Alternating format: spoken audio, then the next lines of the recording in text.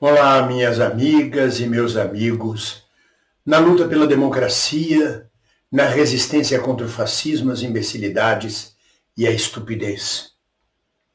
Uma notícia pequena, que não teve grande destaque nas mídias de esquerda e que praticamente não foi muito comentada, que passou quase desapercebida ou naturalmente, como se fosse normal, natural. É a notícia de que Carlos Bolsonaro, assumiu de novo o gabinete do ódio. O que é o gabinete do ódio? É exatamente aquela enxurrada de fake news, aquela rede de intrigas, aquela ampliação de notícias nas redes sociais de forma organizada, disciplinada, dividida em segmentos, em bolsões, retransmitindo as fake news, retransmitindo as falas de Bolsonaro e de sua legião. São os canais bolsonaristas para os quais todos colaboram, todos entram nos canais, todos aqueles que fazem parte do bolsonarismo, dão todo o apoio, replicam, retweetam o canal, compartilham as mensagens, onde age de forma agressiva, violenta, sem limite de pudor ou de ética, sem diálogo político. Então você teve, e nós não esquecemos, golden shower, mamadeira de piroca, e o povo acredita nisto, porque falta-lhe educação, falta-lhe discernimento. O povo quer acreditar em fantasias, em quimeras. O povo quer acreditar de que é possível ter um lado do bem, completamente do bem, como, por exemplo, as igrejas neopentecostais, que dizem claramente que se você está mal de vida é porque você está mal com Deus. Ou se você não é uma pessoa bem posta, próspera, é porque você está com o inimigo do lado. Você faz parte do inimigo. O inimigo é o demônio. Então não tem conversa contigo. Ou você se converte e entra para a seita, ou você se converte e adere diretamente, integralmente à seita, ou você é o inimigo.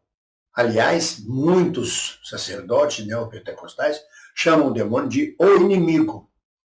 E, consequentemente, as pessoas que fazem parte, ou melhor, que não fazem parte da seita, são consideradas inimigo. É o inimigo, não é o adversário, é inimigo.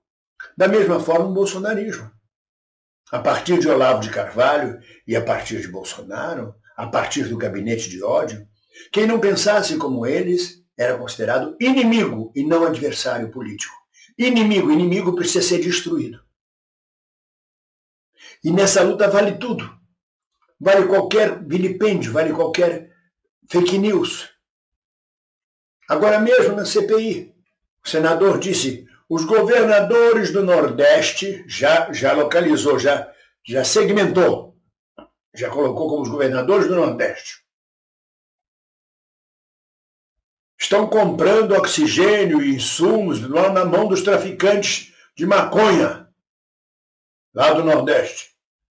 Ele solta isso sem nenhuma responsabilidade, sem nenhum fundamento, bota no mesmo saco todos os governadores do Nordeste, e o que fica para o povão? Mal educado, mal informado e desejoso de mudar a situação de miséria que vive, que até agora não foi oferecida a ele nenhuma alternativa concreta. O que fica tá vendo? Os governadores estão comprando maconha, estão comprando coisas na mão dos traficantes, estão comprando oxigênio, estão negociando com o tráfico, os governadores todos são corruptos do tráfico. E aí você é só juntar a palavra comunismo a isso, são comunistas. Exatamente, o comunismo é isso. É o tráfico de drogas associado com os governadores. Aí está pronto um discurso que é uma marmelada, que é um mistura e manda, que é uma maçaroca, mas que faz a cabeça de gente ignorante ou de gente mal amada. Ignorante, mal educada, aquelas camadas mais baixas da população. E mal amados, aquela parte da classe média que tem uma vida de Nelson Rodrigues, de romances de Nelson Rodrigues.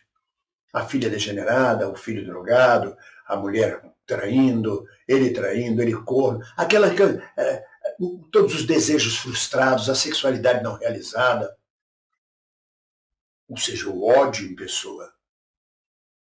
E aí Carluxo assume.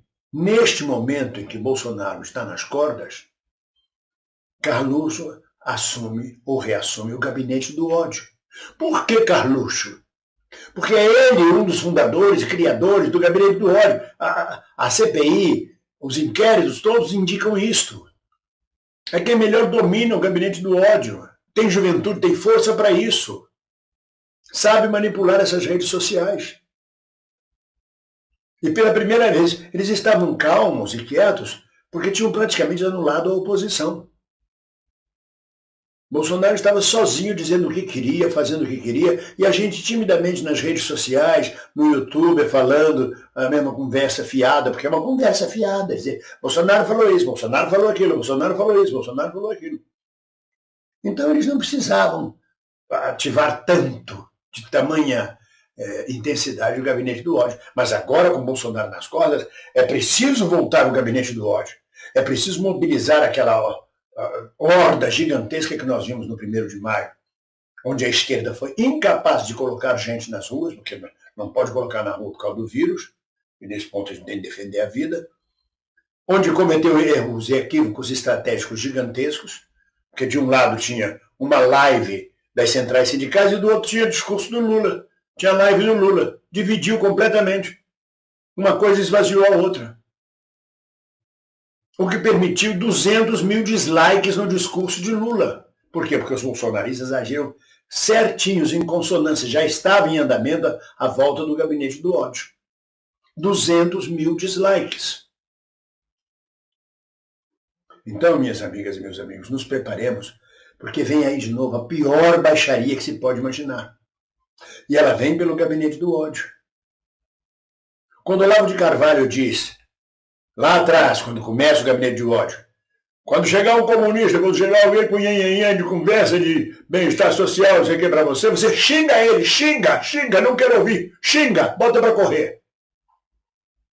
O povo brasileiro aprendeu a xingar. Quer dizer, você não tem diálogo, você não tem conversa. É muito fácil xingar. E volta a retórica do comunismo. Tudo é comunista. E aí Bolsonaro, por exemplo, não é à toa que diz que a China comunista criou o vírus comunista. A China comunista está crescendo mais do que todos os outros países, porque é ela que criou o vírus e está se safando disso. Cria uma crise internacional nas relações comerciais com o nosso maior parceiro comercial. Depois ele vem e desmente. Não é bem isso, eu fui mal entendido. Mas esse é o gabinete do ódio. Naquele momento você joga todo mundo contra a China. Todo mundo, que eu digo, esta horda de bolsonaristas contra a China. E qualquer pessoa que se oponha a Bolsonaro é comunista. É inimigo. Não sabem nem o que é comunismo, mas é inimigo. O Supremo Tribunal Federal é comunista, os deputados de oposição são comunistas, o Congresso é comunista. Eu não sei como ele ainda não disse que o Exército é comunista. Mas provavelmente na cabeça dele, amplos setores do Exército devem ser comunistas.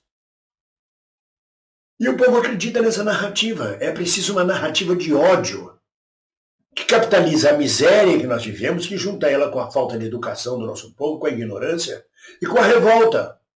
Então aparece como se fosse alguém que dissesse assim, vamos jogar tudo pro alto, vamos chutar todo mundo, vamos mandar essa gente pra casa da porra, não quero saber de ninguém, é tudo safado, tudo comunista, vamos acabar com isso. É, tem razão, vamos lá.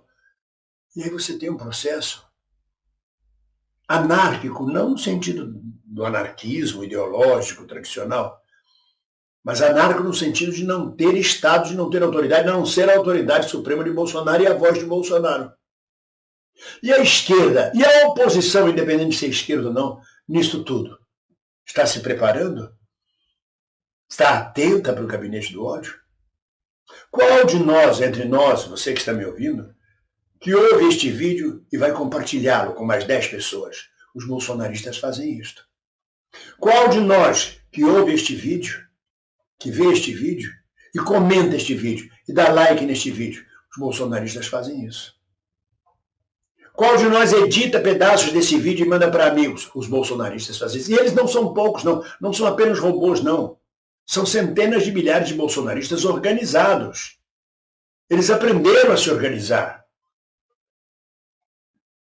Se os revolucionários de esquerda fizeram isso durante décadas, por que os reacionários da direita não podem aprender a fazer isso? A trabalhar organizadamente como um exército, destruindo todos os valores de diálogo, de parlamentarismo, de parlamentação. Todo mundo passa a ser inimigo. Se não pensa como eu, é o inimigo. Voltamos de novo às igrejas neopentecostais. É o inimigo. O inimigo não é de Deus. Se não é de Deus, não pode ser do bem. E basta que alguém diga, é o inimigo, que está colado o estigma na testa do inimigo. A não ser que o inimigo se converta, e aí nós vamos partindo para um processo nazista. Ou você adere, ou você é inimigo. Então, ou você veste a camisa da seleção, a camisa verde e amarela, e aí você diz, me perdoe, eu estava errado, eles são meus inimigos. Então, Carluxo reassume o gabinete do ódio. Isso é muito importante. É uma notícia quase despercebida. Mas vem tiro grosso, vem chumbo grosso aí. E nós não estamos preparados para revidar isso. Ainda agimos de forma republicana, agimos ainda de forma do século XIX, XX, dialogando, buscando caminhos de inteligência, de intelectualidade, de análises mais profundas, quando tudo se resume, não, é inimigo, eles são inimigos, é inimigo. Então os bolsonaristas, meus amigos, também têm que ser tratados da mesma forma, como inimigos e não adversários. Inimigo, é meu cunhado, mas é bolsonarista, é seu inimigo, porque ele se trata como seu inimigo. Não é só o ódio de classe, não só é o inimigo de classe, é o inimigo político, que deixa de ser adversário político, deixa de ter diálogo, você é inimigo. Então aprendamos também a xingar o inimigo. Aprendamos também a estigmatizar o inimigo, mas de forma organizada, porque senão a gente vai ter surpresas terríveis em 2022. Este rapaz, Carluxo, não é à toa que reassume o gabinete de ódio nesse momento. Vai virar suas baterias contra todos os senadores e oposicionistas da CPI, contra a CPI, contra o Supremo, contra a oposição. Não tem conversa, não tem diálogo. Só existe ele, Bolsonaro e, é claro, os seus filhotes, a sua legião. É muito feia a situação. A notícia passou praticamente despercebida. Mas quem sobreviver verá. É amedrontador, é aterrorizador. É uma guerra, como disse um certo professor, João França, se não me engano, é uma guerra cultural. É uma guerra, mas é guerra. Não é só que é cultural, não sei de aquela livraria publicou o livro tal, agora tem um livro que contesta, muito interessante. Não, é guerra. É para a aniquilação total do adversário, como sendo ele um inimigo. E nós temos que estar muito atentos e não estamos preparados para isso. Mais uma vez eu digo, a oposição não sabe usar as redes sociais. Ou não quer usar as redes sociais. Ou tem preguiça de usar as redes sociais. Ou é analfabeta internética. Ou não dá valor. Ainda trabalha nos moldes analógicos. Uma das razões da queda da União Soviética foi a ultrapassagem pelos Estados Unidos do computador doméstico. Foi a ultrapassagem do analógico, que era o sistema de computação soviético, para o sistema digital norte-americano. A guerra foi ganha por computador. A guerra foi ganha pela web, pela internet, pela capacidade rápida de mobilização de armas de defesa, de informação, pela aplicação do método digital nos computadores. E pelos computadores domésticos nos Estados Unidos, que tornou cada cidadão informado do que o governo desejava fazer. Enquanto a União Soviética fechada dentro de si, e ainda trabalhando com computadores analógicos, perdeu a batalha tecnológica. E essa batalha que nós estamos perdendo, perdemos em 2016, perdemos em 2018, e se não tomarmos cuidado, perderemos em 2022. Porque só papo de esquina com um companheiro da mesma bolha não leva a gente a nada, não resolve nenhuma situação. só o papo da esquina. Ah, legal, que bom, vamos fazer isso. Ou a gente ataca em massa e passa a detoná-los como inimigos, ou não tem conversa. Não adianta dialogar com quem não quer diálogo contigo. Sabe quando você conversa com uma criança ou com uma pessoa e ela não quer ouvir, ela fica para não ter que ouvir? Assim agem os bolsonaristas. São orientados a agirem desta forma. E a te xingarem, e a te estigmatizarem, e até mesmo a te agredirem, se não verbalmente, até fisicamente.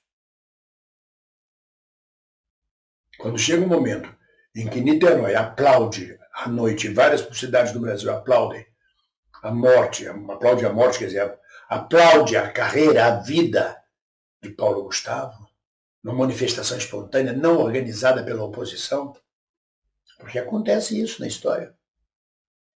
A massa muitas vezes ultrapassa as lideranças têm que correr atrás. O velho Mao Tse Tung dizia, nós temos que marchar ao lado do povo, nem à frente, como certas organizações de esquerdas vanguardistas, que marcham sozinhas porque vão à frente demais, e nem atrás, na retaguarda e no atraso, quando a massa já está pedindo muito mais avançada. A manifestação espontânea de aplausos do Paulo Gustavo é uma dessas manifestações de massa que avança, que passa por cima das lideranças. Ou a gente acredita nisso, ou a gente toma um jeito e um viés do fato já concreto de que vai ser restabelecido, vai ser reativado de forma virulenta o gabinete do ódio e que nós temos que enfrentá-lo, ou a gente está dançado. Quem sobreviver verá. A única coisa que podemos fazer é estar juntos. Ninguém solta a mão de ninguém. Um abraço.